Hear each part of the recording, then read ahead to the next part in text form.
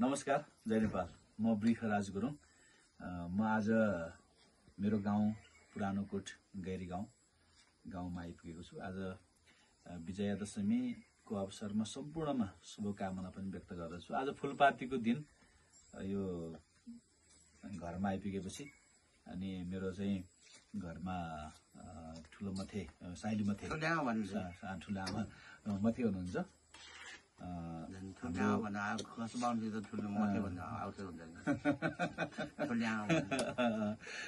मेरो चाहिँ हजुरबुवा अमिलाल गुरुङको 4 सन्तान मध्ये एउटा सन्तान चाहिँ पहिल्यै सानोमै त्यस्तो समस्या भएको थियो। त्यसपछि ठुलो बुवा डम्बर बहादुर गुरुङ मेरो बाथे हो। त्यसपछि सानो बाथे मेन बहादुर गुरुङ, सानो बाथे मथे साइली मथे हुनुहुन्छ। र म चाहिँ कान्छा पशुबहादुर गुरुङको छोरा भाइ। र आज चाहिँ हाम्रो पारिवारिक रूपमा अब मथे अहिले 78 वर्ष पुग्नुभयो उनीहरूले। अब अहिले हाम्रो ठुलो बाथे पनि बित्नुभयो र सानो बाथे पनि बित्नुभयो। त्यसपछि अहिले मथे चाहिँ हाम्रो भाइखलकको नै सिनियर मथे हुनुहुन्छ। एउटा अभिभावक पनि हो। पुरानोकोटको यो नासक भुँवर सन्तान नाम्साने नासक भुँवरको सन्तानको चाहिँ सिनियर तपाईँ हो नि त मथे होइन, उहाँ नै हो।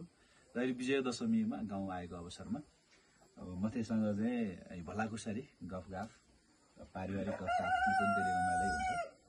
यो विजयादशमीको अवसरमा गाउँ आएको बेलामा मथेसँग गफ गर्नलाई चाहिँ हाम्रो मथेको नाम चाहिँ कति जुनमाया मथेको नाम जुनमाया हो। हाम्रो मथेको के अरे मामा घर त के अरे ठ्याक्कै घुमाउने ठ्याक्कै घुमाउने। दिदी पनि कतिवटा मथे तपाईँको? 10वटा हो। 10वटा दिदी छैन है। त्यो मामाले एकचोटि 53वटा भान्जी छ मेरो भन्नुभएको, त्यही भएर है। 10वटा 7वटा ठ्याक्कै विवाह गर्दा कति उमेर थियो मैले तपाईँको? 18 वर्ष। 18 वर्ष है। त्यो नि 18 वर्षमा आयो। 17 वर्ष ल्याऊ। भाउजूको 17 वर्ष। मैले 17 वर्षमा आयो क्या। 18 होइन 17मा बिहा गरे हो। मलाई 17 वर्षमा ल्यायो, त्यसलाई नि 17 वर्षमा ल्यायो।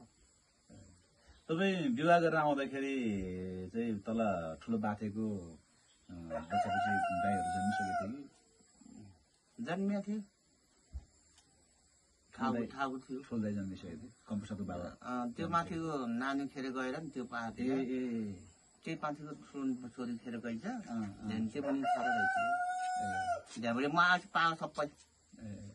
त्यसपछि चाहिँ माल दाई, साला दाई, कान्छा सबै त्यो तपाईँ आइपुग्नु भएको भए। बाजे बुजू बाजे चाहिँ त त्यतिखेर तपाईँ बिहा भन्दा त बलियो थियो होला नि बाजे त? बलियो थियो। गोठमा थियो नि। गोठमा बस्थ्यो नि। गोठमा बस्थ्यो है। बाजे बुजू त जानु बाजे त गोठमा बस्थ्यो, बुझी त हो सधैँ बाजेर के कति हाम्रो चाहिँ अब ठुलो बाजे बुजू के अरे बुजू पहिला बित्यो होइन? पहिला बित्यो। म सानो हुँदा थाहा पाएन। सानो त पाइन। बुझ्यो जन्मियो बित्दा त म पाएकै थिएन होला, पाइनेकै थिएन होला। म त बिर्सिन्छ त नानी। खास चाहिँ हाम्रो बाथे भयो। बाथेपछि माइलो बाथे पहिले बितेको भयो होइन? बित्यो। त्यसपछि सानो बाथे भयो, बाबा कान्छा भयो होइन? अनि के अरे ठुलो फुपू चाहिँ हाम्रो त्यो हिले पुगेको फुपूको बारेमा भन्नु न। मैले पनि थाहा पाएन। मैले थाहा छैन के भन्नु त। ठुलो फुपू त म आउँदाखेरि उहाँ पुगेर गयो अरे। कति वर्षमा बिहा अरे, कतिको बिहा मलाई थाहा छैन।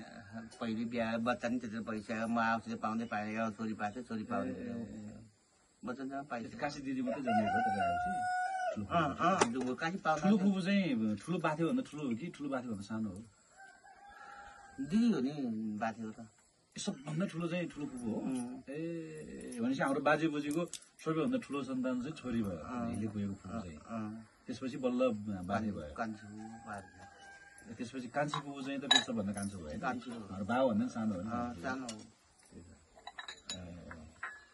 हेर्दै म त अब जस्तो मलाई थाहा थिएन नि त अब हजुर मलाई थाहा थिएन नि त हिलेको पुग्यो हाम्रो ठुलो फुपू चाहिँ बाथी भन्दा पनि ठुलो फुपू भन्ने थाहा थिएन कि मैले यसरी गफ गर्ने मौका पनि मिलिरहेको ठुलो फुपू पनि त्यहाँबाट आउँथ्यो ए मासु पयाएको त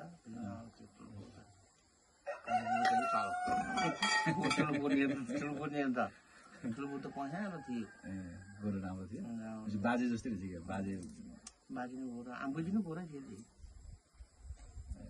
मिसा आइपुग्दा चाहिँ कालो कालो हुँदैन अब जब कालो हो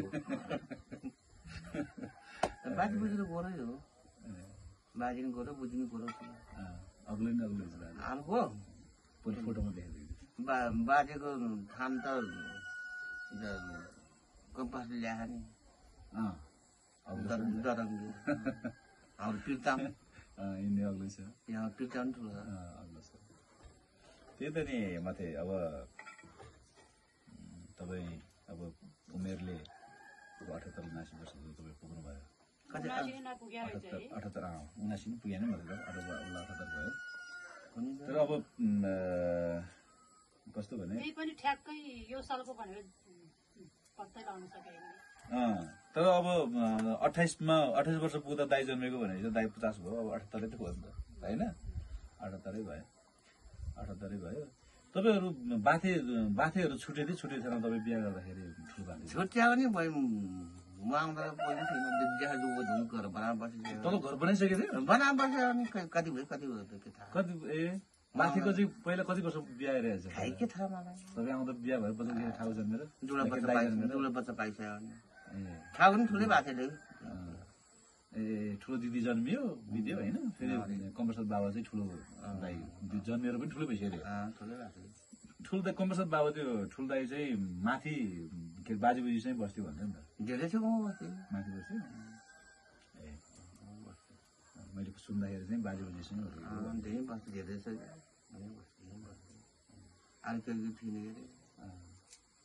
भनेपछि बाजे चाहिँ धेरै गोठमै बस्ने गोठमै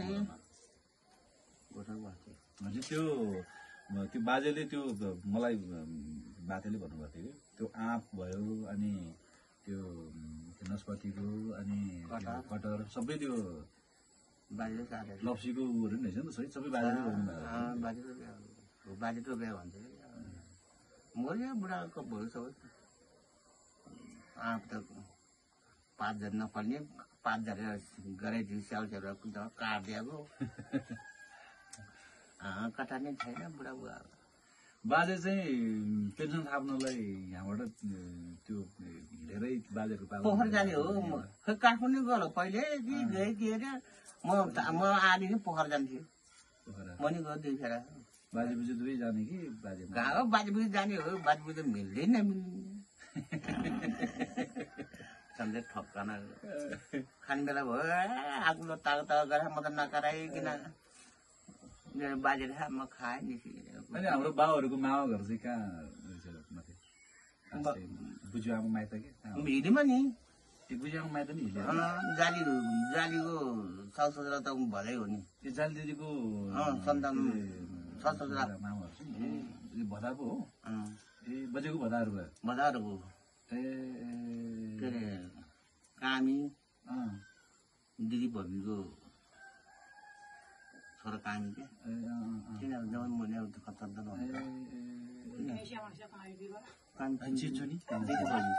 साउबुढीको छोरी ठुलो माइत त्यहाँ हो उसको त्यो त तपाईँको सम्झना धेरै सम्झना रहेछ नि अघि तपाईँ किन सम्झेन भन्दा तपाईँ धेरै याद रहेछ आफ्नो बाबा जान्दैन भन्ने कुरा कोही यहाँ पुरै कहाँ थाहा छ कोही मात्रै हो पछि बजे चाहिँ कति बजे बितेपछि कति समयपछि हो बाजेको चाहिँ खै मलाई त्यो थाहा भयो बाजे त साँच्चै नै मेरो बाबा बितेपछि हो 1 वर्षपछि बित्यो भने बाजे होइन बाजे तेरो बाबा बितेपछि बल्ल बाजे बित्यो कति वर्ष बित्यो नि मलाई थाहा भएन बित्यो क्या ए मलाई त के भयो बाबा बित्यो पहिला बाबा बितेपछि अनि बाजे बितेको हो भनेर उसले के अरे बाथे 3 गरे बाथेले पहिला के अरे तिम्रो बाबा बित्यो अनि त्यसपछि चाहिँ के अरे यसको अर्घुङ नगराइदियो पछि अरूले गराउने मसित गर भन्यो मसँगै गर मसित गर म मरेपछि मसित गर त्यो कान्छाको हार्नु भन्यो बाजेलाई पीडा पनि भयो होला अब किन आफ्नो सन्तानको त बाबालाई गाह्रो हुन्छ नि त त्यसो भनेर भन्यो त्यसपछि चाहिँ बाजेले चाहिँ मसँगै अर्गुन गर्दै भन्यो 1 वर्षपछि बाजे पनि बित्यो त्यसपछि चाहिँ सँगै अर्गुन गर्दै बित्ने कति वर्ष बित्यो मलाई याद भएन कि बित्नु त बाजे अगाडि बटेर बाउ अगाडि बित्यो के अरे बाजे पनि पछि बित्यो कति बित्यो मलाई याद छैन अनि एकचोटि माथि के भयो भने त्यहाँ टारीमा कमलनाथ बुवाको घर पुगेको थियो कमलनाथ बुवाको पनि बुवा चाहिँ विष्णुप्रसाद खनालको बुवासँग भेट भयो अनि एकछिन गफ गरेपछि अनि चिनजान गराउँदै गएपछि यो आचुङ देनबोको छोरा हो भन्नुभयो कमल बुवाले अनि उहाँ अकमक्कियो अकमक्किएपछि अनि पछि चाहिँ बाजेलाई चाहिँ अमिक हल्दार भन्दो रहेछ कि हल्दारै हो अनि यो अमिक हल्दारको नाति हो कान्छाको छोरा हो भनेपछि अनि ठ्याक्क सहिले चिन्यो कि अनि मैले बाजेलाई चाहिँ अमिक हल्दार भन्दो रहेछ